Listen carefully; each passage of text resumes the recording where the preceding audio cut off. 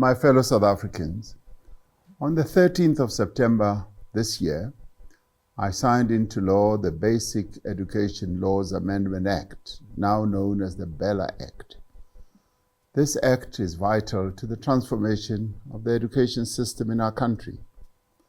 The act is an important part of ongoing efforts to build an education system that is more effective and more equitable in line with the precepts of our Constitution.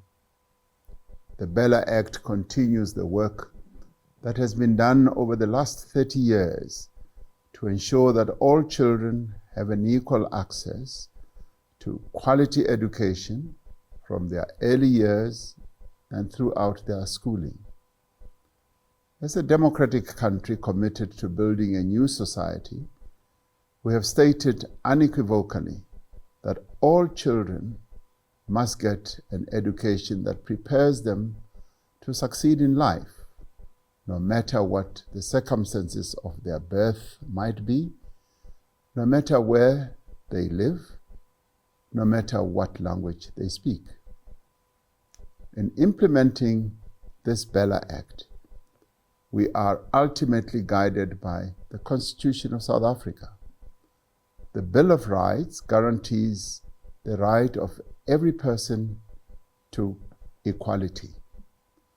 It also guarantees the right of every person to receive a basic education. Importantly, the Constitution says that every person has the right to receive education in the official language or languages of their choice where reasonably practicable. This is a right that applies equally to an English speaker as it does to a Zulu speaker. It also applies equally to someone who speaks Afrikaans as it does to someone who speaks Xitsonga, Sesotho, Sepedi, isiXhosa, Setswana, Luvenda, isiNdebele, or isiSwati.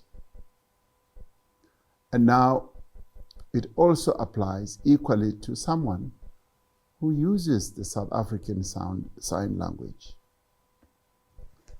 The Basic Education Laws Amendment Act enacts measures that strengthen the ability of our schools to give effect to these constitutional rights.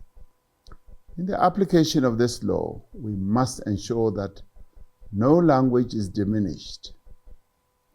Rather, we must work to ensure that all official languages are valued and promoted.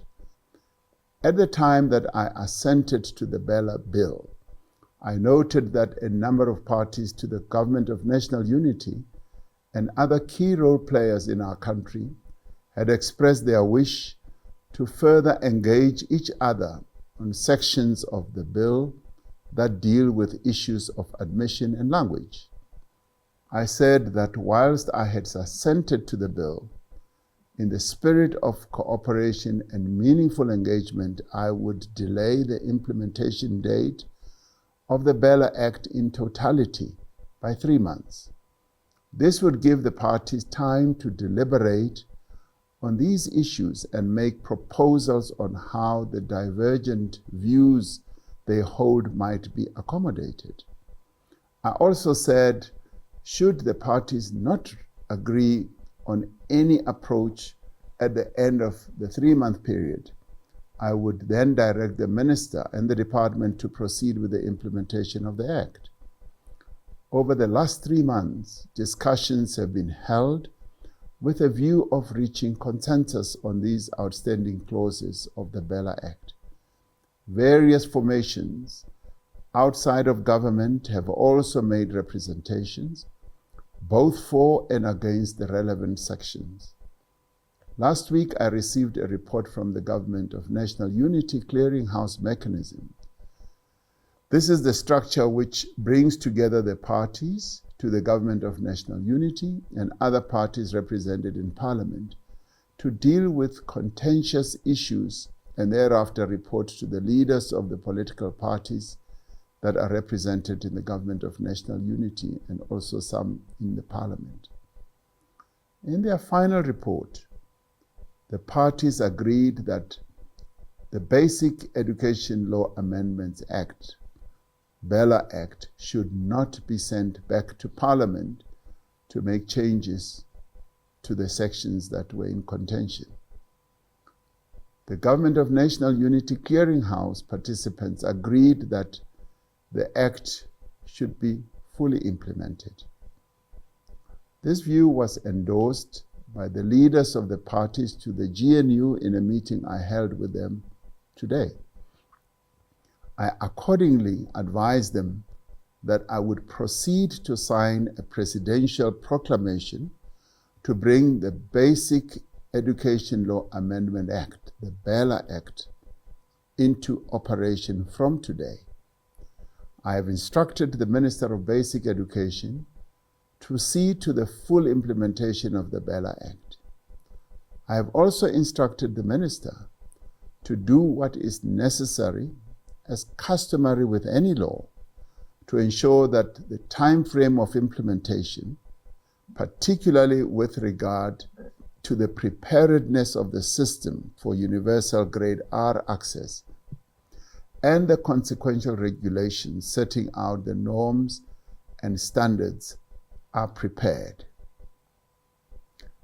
All bodies and officials responsible for the implementation of this Act are required at all times to act in accordance with the Constitution of our country, the law, and the relevant policies and regulations. We must therefore do everything in our means to ensure that every child, without exception, has equal access to a decent, quality education. We must therefore leave no child behind. Let us ensure that our children get the best education so that they can take our beautiful country and our diverse nation forward to a prosperous future. Morena, boloka setjhaba sa heso. Nkosi sikelela i-Afrika. God seën South Africa. God bless South Africa. Hosi katekisa Afrika dzonga. Mudzimu va patuchedze Afrika Chipembe. I thank you all.